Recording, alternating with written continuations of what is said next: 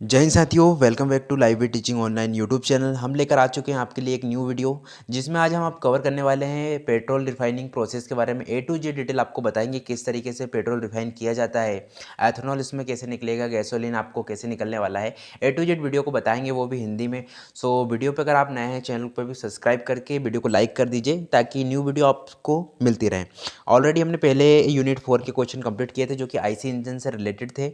And हमने जो next question जो आपका आने वाला है पेट्रोल रिफरिंग प्रोसेस। ठीक है, तो स्टार्ट करते हैं सबसे पहले। एंड सबसे पहले आपको डायग्राम समझ में आना चाहिए, इसके बाद ही आप इसको समझ सकेंगे कि क्या इसमें आखिर में होता है। ठीक है, तो सबसे पहले अगर हम देखें तो इस टाइप से कुछ आपका डायग्राम बनेगा। तो डायग्राम का आप स्क्रीनशॉट ले लीजिए या तो आप वीडियो के साथ साथ बना भी सकते हैं। ठीक है, तो इस तरीके से ये क्या होता है, यहाँ पर नीचे भूमिगत भूमि के अंदर मतलब अर्थ में यहाँ पर इस तरीके से पाइप रहता है। ठीक है, यहाँ पे जो भी कोल माइंस रहते हैं उनमें ना इस तरीके से पाइप डाल देते हैं। यहाँ पे क्रूड ऑयल मतलब जो कच्चा तेल रहता है ना, उससे पेट्रोल रिफाइन किया जाता है। ठीक है, तो यहाँ पर जो रहता है पेट्रोल रिफाइनिंग के लिए यहाँ पर जो है सबसे पहले तो इस तरीके से वॉल्स टैंक्स बनाए जाते हैं। जो टैंक रहता है इस तरीके से वॉल बनते हैं और इसमें वॉल अलग अलग लगे हैं। ठीक है, ये बॉक्स है और इसमें ये टैंक में एक वॉल लगी हुई है। ठीक है, इस तरीके से ये स्टीम बॉक्स है, यहाँ से स्टीम फ्लो करते हैं तब जाके ये बॉइलिंग होता है। ठीक है, यहाँ से तो स्टीम फ्लो करके फिर यहाँ बॉइलिंग प्रोसेस होती है। ये रिफाइनिंग ऑयल यहाँ पर आया हुआ है।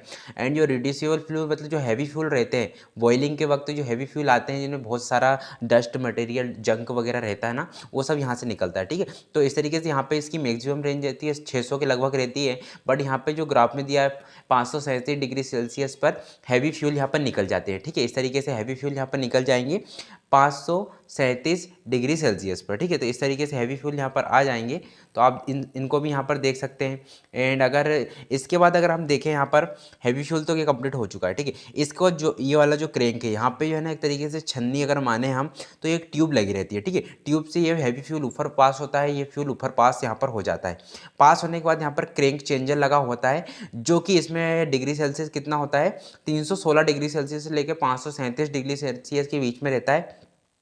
यहाँ पर कैटेलिटिक क्रैंकर होता है जो कि बर्निंग ऑयल निकालता है। ठीक है, बर्निंग ऑयल यहाँ से अलग हो जाता है, बर्निंग ऑयल यहाँ से अलग हो जाता है। इसके बाद यहाँ पर आता है क्रूड ऑयल। इसके बाद जो है ना यहाँ से फिर रिफाइनिंग होती है, रिफाइनिंग होती है दोनों वॉल से। एंड यहाँ से जो निकलता है यहाँ पे डिस्टिलिक फ्यूल्स निकलता है जो कि JP4 या केरोसिन रहती है, जो हम एरोप्लेन या एयरक्राफ्ट में केरोसिन का यूज़ करते हैं, वो इस तरीके से यहाँ से निकल जाता है। ठीक है, और डीजल फ्यूल भी यहीं पर निकल जाएगा। अब आता है परफॉर्मेंस चार्जर। अब परफॉर्मेंस के लिए जो हम गैसोलीन गैस LPG गैस बनाते हैं ना, उसी ये भी यहीं से निकलता है। ठीक है, जहाँ पे हम क्या करते हैं जो हाइड्रोकार्बन जो गैसेस रहती है इसके अंदर, वो निकालने के लिए इसे गर्म करना पड़ता है इतना ज़्यादा। ठीक है, तो इसलिए यहाँ पर अगर हम यहाँ पर आएंगे, यहाँ पर आने के बाद आपको क्या करना है, यहाँ पर इस तरीके से क्रूड ऑयल को यहाँ से पाइप से फ्लो करेंगे। इसमें यहाँ पर रहेगा 93 डिग्री से लेकर 24 डिग्री सेल्सियस यहाँ पर टेम्परेचर रहता है, जिसमें परफॉर्मेंस चार्ज यहाँ पर मेजर करते हैं जो कि कैटेलिक रिफॉर्मर के नाम से हमें पहचानते हैं। ठीक है, इसके बाद जो है स्ट्रेंथ री गैसोलीन। ठीक है, यहाँ पर जो इसका जो रेंज यहाँ पर रहती है अगर हम बात करें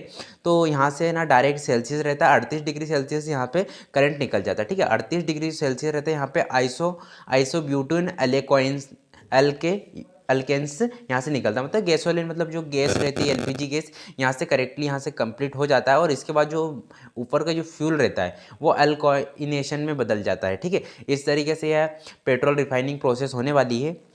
अगर आपको इसमें कोई भी डाउट हो तो वीडियो में कमेंट कर सकते हैं। और आप देख सकते हैं इस टाइप से इंजन स्टीम यहाँ से इंजन से हम स्टीम दे सकते हैं, या किसी भी जो गैस के माध्यम से, या यहाँ पर नीचे आग जलाकर भी स्टीम लगा सकते हैं। पर इतनी स्टीम नहीं रहती तो इलेक्ट्रिसिटी के थ्रू हम यहाँ पर स्टीम देते हैं, जो कि स्टीम यहाँ पर 600 डिग्री सेल्सियस मैक्सिमम यहाँ पर रहती है।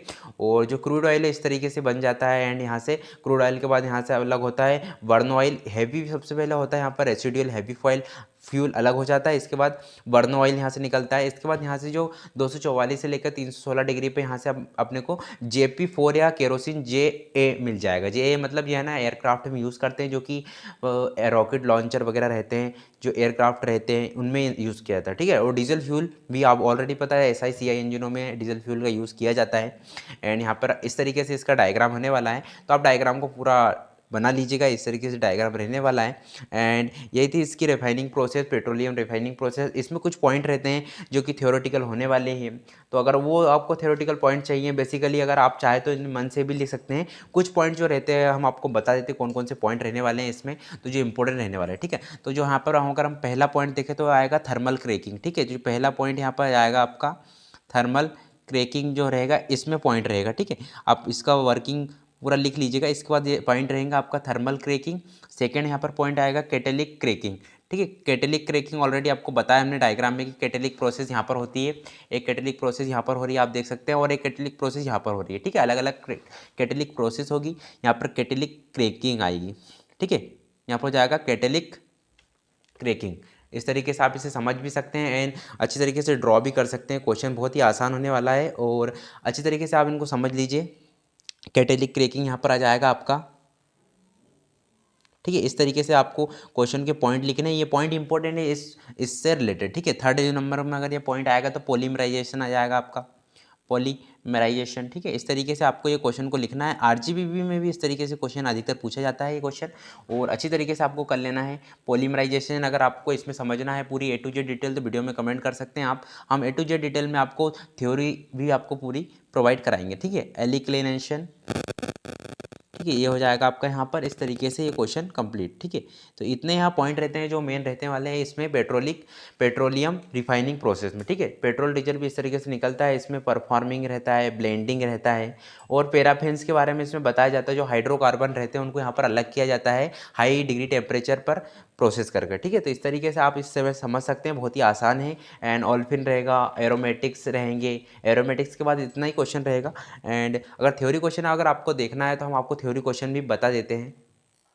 सो गाइस आप देखिएगा इस तरीके से यहाँ पर भी हमने डायग्राम बनाया हुआ है। इस तरीके से सभी जानकारी को इस तरीके से हमने लिखा हुआ है। आपको यहाँ पर शो नहीं कर रहा होगा क्योंकि यहाँ पे पेंसिल से बना हुआ है, तो हमने ऑलरेडी आपको डायग्राम बताई है। एंड इस तरीके से इसकी थ्योरी रहने वाली है। यहाँ पर थ्योरी अगर आपको देखना है तो आप थ्योरी का भी स्क्रीनशॉट ले सकते हैं, ठीक है। इस तरीके से इसकी थ्योरी रहने वाली है, तो आप चाहे तो इसका स्क्रीनशॉट ले या लिख कर भी आप इसे देख सकते हैं, ठीक है। इस तरीके से थ्योरी रहने वाली। थ्योरी वैसे कभी इंपॉर्टेंट नहीं है क्योंकि अगर आपने डायग्राम को समझ लिया है तो आपको थ्योरी लिखने में कोई प्रॉब्लम नहीं होने वाली, ठीक है। तो इस तरीके से आप देख सकते हैं यहाँ पर थ्योरी आएगी इसकी, एंड इस तरीके से आप थ्योरी देख लीजिएगा। एंड इसके बाद अगर हम देखें यहाँ पर तो जो आएगा आपका कैटेलिक क्रेकिंग, हमने पॉइंट बताया आपको। इसके बाद अगर देखें यहाँ पर तो पॉलीमराइजेशन पॉइंट आपका ये आ जाएगा। पॉलीमराइजेशन के बाद आपका अल्कलाइनेशन आएगा। यहाँ पर अल्कलाइनेशन के बाद अगर हम देखें इधर स्क्रॉल करके तो इसमें देखा आइसोमॉर्फिज्म आ जाएगा अगर आपको लिखना है, ठीक है। तो ये इसमें सभी रहता है, ऑक्टेन नंबर वगैरह आते हैं, रिफॉर्मिंग के बारे में पूछा जाता है और ब्लेंडिंग के बारे में पूछा जाता है, पैराफिन्स रहते हैं। तो इस टाइप से पैराफिन्स के डायग्राम है जो कि मोस्ट इंपॉर्टेंट है, तो आपको इनको स्क्रीनशॉट ले लीजिए। पैराफिन्स के डायग्राम है जो इस टॉपिक से रिलेटेड आप देख सकते हैं, पैराफिन्स के डायग्राम बना लीजिए, ये इंपॉर्टेंट है और एकदम सही डायग्राम बने हुए हैं। आप सभी ये पैराफिन्स के डायग्राम इससे रिलेटेड है, ठीक है। तो इस तरीके से ये क्वेश्चन कंप्लीट हो जाएगा। एंड अगर हमारे चैनल पे नया है, चैनल को सब्सक्राइब करके रख लीजिए एंड वीडियो को लाइक करके शेयर कर दीजिए ताकि सभी लोगों तक ये नोटिफिकेशन पहुंच सके एंड वो इसकी प्रिपरेशन अच्छी तरीके से कर सके अपने एग्जाम की।